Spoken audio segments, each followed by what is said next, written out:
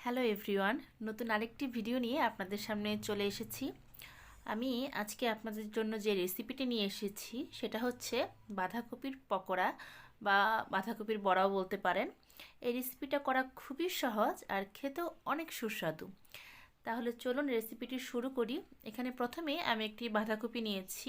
বাঁধাকপির যে উপরের যে পাতাগুলো থাকে ওগুলো আমি ফেলে দিয়েছি। তারপর এই সাইডের বোটাটা কেটে নিতে হবে। এটার কিন্তু কাটার একটা টেকনিক আছে, এই টেকনিকটা আমি আপনাদেরকে দেখিয়ে দিচ্ছি। এটা সাইডে থেকে আপনারা একটা পিস কেটে নেবেন, এভাবে করে ছুরি দিয়ে বা বটির সাহায্যে আপনারা এভাবে কেটে নেবেন। কেটে এটাকে বড় বড় স্লাইস করে আপনারা কেটে নেবেন। খুব বেশি কিন্তু ছোট করা যাবে না, কারণ এটা আমরা ভাপ দিয়ে রান্না করব। যদি খুব বেশি একদম ছোট ছোট স্লাইস করেন তাহলে কিন্তু সেই ক্ষেত্রে বড়াটা করার পর গলে যাবে। তাই এরকম একটা খণ্ড নিয়ে তারপর সেটাকে আমরা একটু বড় বড় করে আমরা কেটে নেব। ঠিক এইভাবে আমি যেভাবে কাটছি আপনারা দেখতে পাচ্ছেন, এইভাবে কিন্তু একটু বড় করে আপনাদের পিসগুলো করতে হবে, তাহলে এই পকোড়াটা ভাজার পর খুব সুন্দর হবে। এই জন্য আমি একটু বড় বড় পিস করে বাঁধাকপিটা কেটে নিলাম। দেখুন আপনাদের আমি দেখাচ্ছি, ঠিক এইভাবে আপনারা বাঁধাকপিগুলো কেটে নেবেন। এগুলোকে কিন্তু আমরা ভাপ দিয়ে রান্না করব, তাই একটু বড় পিস করে যদি কেটে নিই তাহলে কিন্তু ভাপ দিলে জিনিসটা গলে যাবে না। আর বাঁধাকপির পাতাগুলো কিন্তু একদম খুলে ফেলবেন না, এইভাবেই রাখবেন। এভাবেই আমরা কিন্তু বাঁধাকপিগুলোকে সামান্য ভাপ দিয়ে নেব। আমি এখানে 1 খণ্ড বাঁধাকপি দিয়ে নিয়েছি। আপনারা আপনাদের পছন্দ অনুযায়ী বাঁধাকপিটা কেটে নেবেন। এবার গরম জলে আমি এই বাঁধাকপিগুলো দিয়ে দিচ্ছি। এগুলোকে আমি সামান্য ভাপ দেব, খুব বেশি কিন্তু ভাপ দেওয়া যাবে না, তাহলে গলে যাবে। আমি এটাকে 4 থেকে 5 মিনিট হালকা ভাপিয়ে নিয়েছি। দেখুন আমার কিন্তু ভাপ দেওয়া হয়ে গেছে। এখন আমি এগুলোকে ঝরা দিয়ে দেব।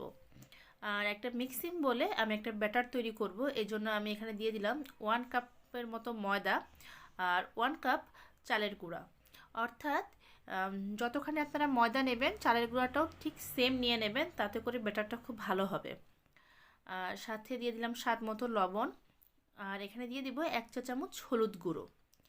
আমি কিন্তু এখানে ঝালের জন্য মরিচ গুঁড়ো দেব না, এর পরিবর্তে আমি এখানে কাঁচামরিচ বাটা দিয়ে এই ব্যাটারটা করব। আর সাথে দিয়ে দিলাম জলটা দিয়ে আমরা এই ব্যাটারটা তৈরি করব। প্রথমেই জলটা খুব বেশি দেবেন না, আমি 1 কাপের মতো জল দিয়েছি, দিয়ে ব্যাটারটা তৈরি করে নিচ্ছি।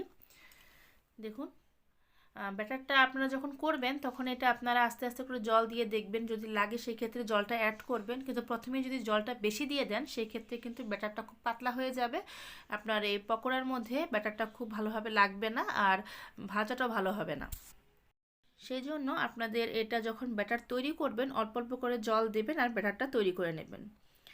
দেখুন আমি একটা এরকম ঘন ব্যাটার তৈরি করে নিয়েছি।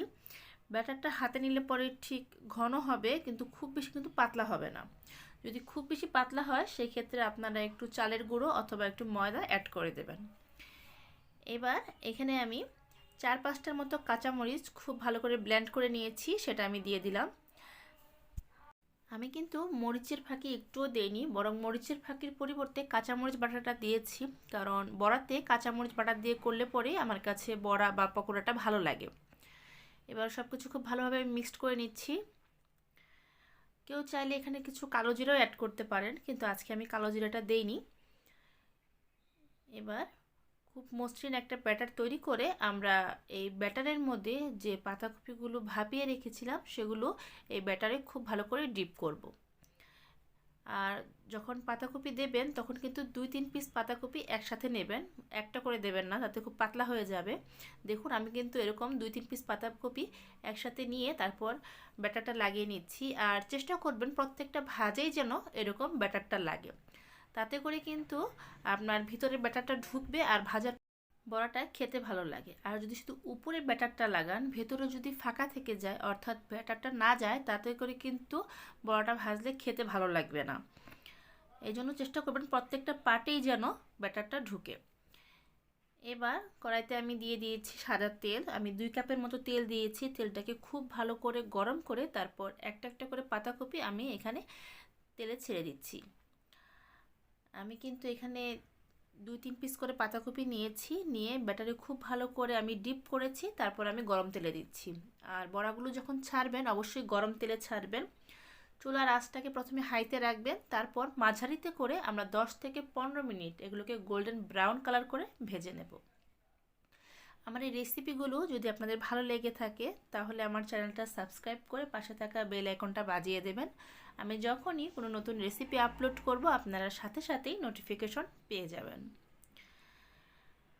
বড়াগুলো তেলে দেওয়ার সময় কিন্তু একটু কেয়ারফুল থাকবেন, একটু ফাঁকা ফাঁকা করে দেবেন। যদি একসাথে লেগে যায় তাহলে কিন্তু বড়াগুলো ভেঙে যাবে, এই জন্য একটু ফাঁকা ফাঁকা করে দেওয়ার চেষ্টা করবেন। আর এগুলো একটু সময় নিয়ে ভাজবেন, তাতে করে উপরের ব্যাটারটা কিন্তু খুলে আসবে না। যদিও পাতাকপিটা আমি অলরেডি ভাপ দিয়ে নিয়েছি, খুব একটা ভাজতে সময় লাগবে না, কিন্তু উপরের ব্যাটারটার জন্য একটু সময় নিয়ে এটাকে ভাজতে হবে। বাঁধাকপির পকোড়া আমরা সাধারণত ঝুরি করে খাই, কিন্তু এভাবে খেয়ে দেখবেন, এটা কিন্তু টোটালি ডিফারেন্ট এবং খেতেও খুবই ভালো লাগে। ভাতের সাথে যেভাবে সার্ভ করতে পারবেন, আপনারা চাইলে পোলাওর সাথেও এই পকোড়াটা সার্ভ করতে পারবেন, অথবা বিকেলবেলা টমেটো সস দিয়ে এটা আপনারা পরিবেশন করতে পারবেন। এই বড়াটা খেতে খুবই ভালো লাগে, আর করাটাও কিন্তু খুব একটা কঠিন না। অনেক সময় দেখবেন বাঁধাকপি ঝুরি করতে ইচ্ছে করে না, বা এরকম, এটা করাটা খুবই সহজ, আপনারা এইভাবে করে দেখবেন। আর একদম নতুনত্ব, খেতেও খুবই ভালো লাগে। একটা পাশ যখন ব্রাউন কালার হয়ে আসছে তখন আমি আরেকটা সাইড উল্টে দিয়েছি। আমি কিন্তু একটু সময় নিয়ে পকোড়াগুলো ভাজছি, এই জন্য উপরের ব্যাটারটা খুব সুন্দরভাবে কোটিং হয়েছে। আর এই পকোড়াগুলো আপনি একটু গোল্ডেন ব্রাউন কালার করে ভেজে নেবেন। যারা বাঁধাকপি ভালোবাসেন তাদের আশা করি এই রেসিপিটা খুবই ভালো লাগবে। করাও খুবই সহজ এবং খেতেও কিন্তু অনেক সুস্বাদু। দেখুন, খুব বেশি কিন্তু সময় লাগে না। আর যেহেতু কাঁচামরিচের পেস্ট দিয়েছি, সেই ক্ষেত্রে কিন্তু এই বড়াটা খেতে খুবই ভালো লাগে।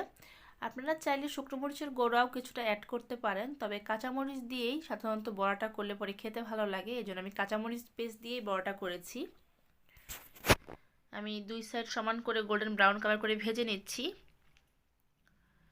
এই শীতের দিনে কিন্তু বিভিন্ন ধরনের বড়া বা পকোড়া হলে কিন্তু খেতে খুবই ভালো লাগে। যারা ডিপ ফ্রাই আইটেম পছন্দ করেন আশা করি তাদের এই রেসিপিটি খুবই ভালো লাগবে। আমার বড়াগুলো ভাজা হয়ে গেছে, আমি কিন্তু খুব বেশি আর ভাজবো না। দেখুন, গোল্ডেন ব্রাউন কালার হওয়ার সাথে সাথে আমি এগুলো উঠিয়ে খুব সুন্দর করে একটু সার্ভ করে নিয়েছি। আশা করছি আপনাদের এই রেসিপিটি ভালো লেগেছে। আমি আবার ফিরবো আরেকটি নতুন রেসিপি নিয়ে। সেই পর্যন্ত সবাই ভালো থাকবেন, সুস্থ থাকবেন। ভিডিওটি দেখার জন্য সবাইকে ধন্যবাদ।